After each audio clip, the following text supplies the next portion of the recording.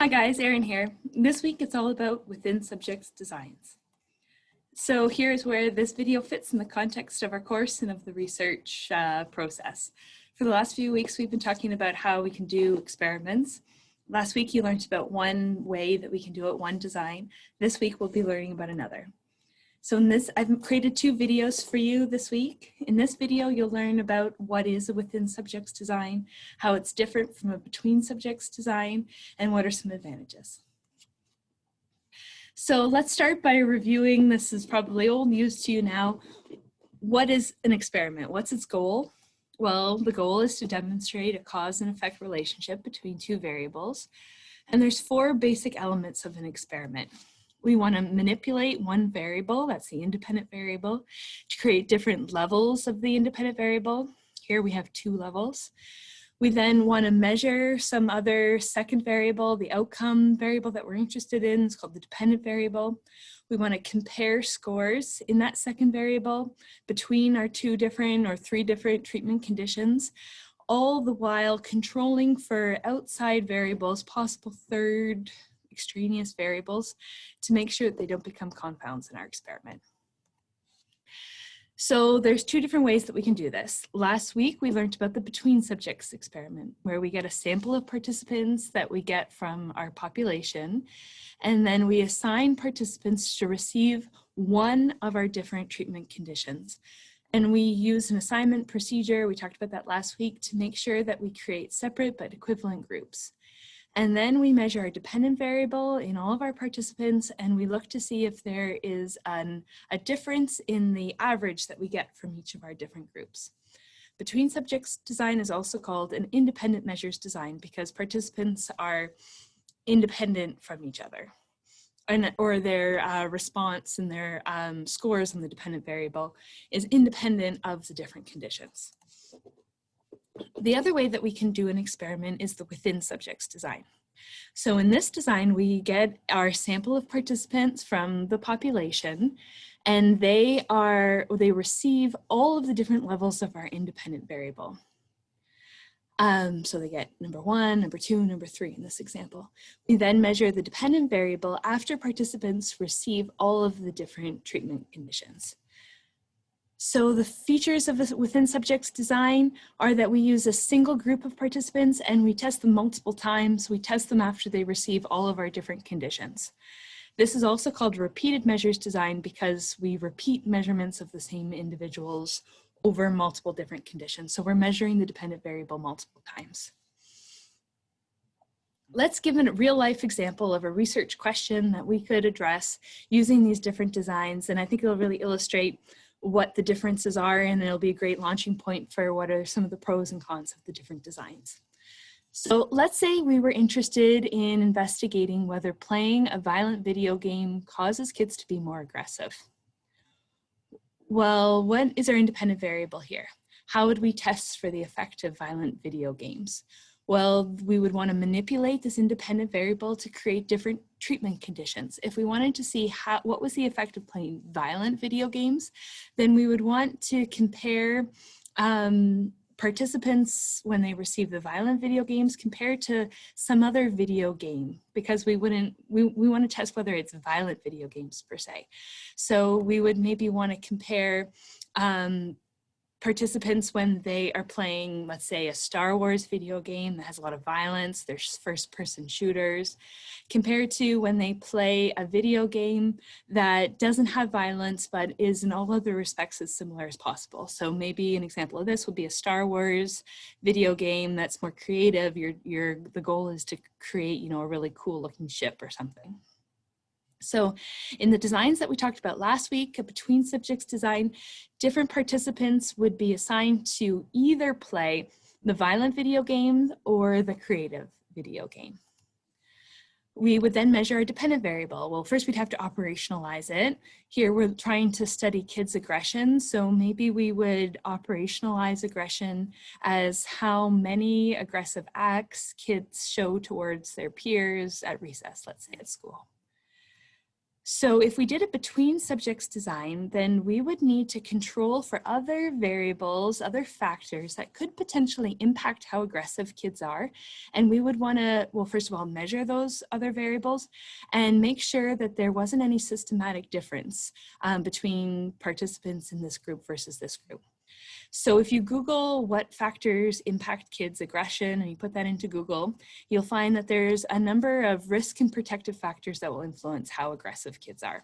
And these might be related to the kids themselves, maybe personality factors. They may be related to the community that they live in, their home community, their family. So kids that come from homes where the parents are divorced are more, that's a risk factor, and they're more likely to show aggression. On the other hand, kids that are in schools where there's a really strong anti-bullying campaign, well, this may be a protective factor and reduce their aggression. So you'd want to think of all of those factors that could potentially impact your dependent variable. You would need to measure them, and you would need to control for them. You would have to make sure that your groups are equivalent in them. So maybe you would want to match your groups and make sure you have an equal number of kids whose parents are divorced in each group. And by doing that, you could feel more confident that this isn't a confound and your groups don't systematically differ in them. So this all is an example of between subjects design, but we could ask the same question, address the same question in a different way using a within subjects design. So in this kind of design, our independent variable and our dependent variable is the exact same. We're still comparing how aggressive kids are when they play violent video games compared to a more creative video game. The difference here is where our participants are assigned to. So in a between subjects design, participants either receive the violent video games or the creative video games, and we measure aggression and look to see if there's a group difference. In a within subjects design, we would look to see how aggressive kids are after they play a violent video game. And then those same kids would also have an opportunity to play a creative video game, and we'd look to see how aggressive they are after playing that video game. So the independent variable and the dependent variable are the same. We're still manipulating the independent variable to create different conditions. We're comparing our conditions, and we're looking to see if there's a difference in the dependent variable. The major difference is whether participants receive both conditions, which is what they would do in a within subjects design, or if they only receive one and not the other in a between subjects design. So what are some advantages and disadvantages of both? Well, you'll probably notice that the advantages of one are the disadvantages of the other. Let's start with the advantages of a within subjects design. The first advantage is a very practical one. It requires fewer participants. If you remember our law of large numbers, that we want to have about 30 participants per treatment condition as a rule of thumb. Well, if we have different participants in our two different conditions, that means in a between subjects design, we would need 60 participants, whereas in a within subjects design, because the same participants are receiving our different conditions, we only need 30 participants. So that means half the number of participants are needed in a within subjects design.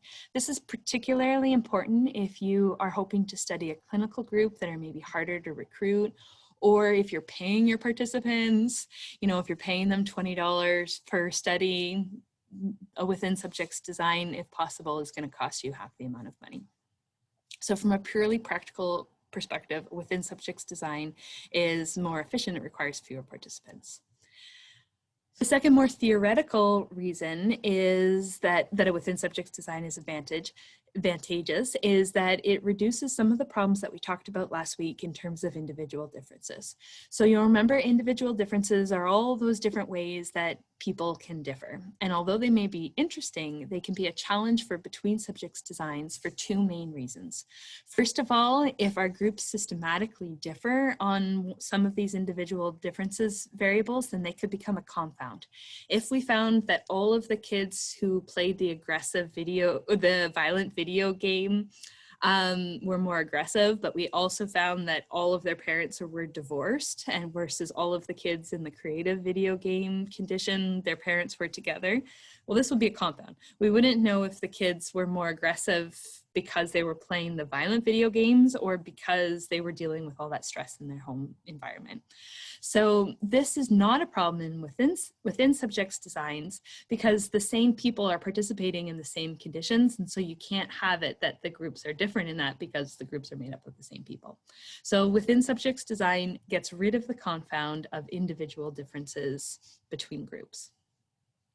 Last week, we also talked about how variation within each group, if it's really large, if there's a lot of differences between individuals in each group, if there's a lot of big range, then that could be a challenge because if the differences among people in one group are bigger than the differences between people in the two different groups, then you could wash out and totally not be able to measure that there is a group difference. So within subjects design is advantageous because it reduces our overall variance and increases the chance that you're going to actually show a significant difference between conditions. So this might be a little bit vague, this last part for you. So let me try to see if I can give you another example that hopefully will make it a little bit more clear. The Coke versus Pepsi challenge. Now, if we were actually at Brock and we were in a lecture hall, I would do what I did last year, and I had people actually do this, and we did a blind taste test to see whether our class preferred Pepsi or Coke. You maybe could try this at home with your family or with your roommates. Cover their eyes, don't tell them what they're going to drink, and give them either the Pepsi or the Coke first and get them to taste it. Maybe give them a glass of water, wash out their mouth and try the other one and see which one they prefer. It probably makes intuitive sense to you that you would want to do within subjects design. You would want each participant, each family member, each of your roommates to try both the Coke and the Pepsi so that they can see which one they prefer. You wouldn't really want to do a between subjects design. You wouldn't want to have, let's say, 4 members of your household try Pepsi and a different 4 people try Coke and see who prefers Coke or Pepsi, because you've got all sorts of potential that differences between people in how much they like pop in general could, first of all, be a confound, and second of all, make it so difficult that you can't really see what people prefer in general. So between subjects designs is not great because those individual differences can be a confound and they can conceal true preferences for Pepsi or Coke.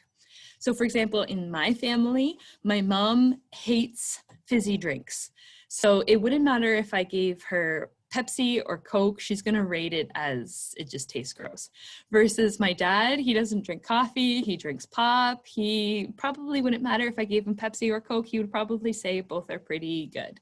So if it just happened that all of the people that I gave Pepsi to were like my mom, and all of the people who like pop, like my dad, got the Coke, then we would have a confound.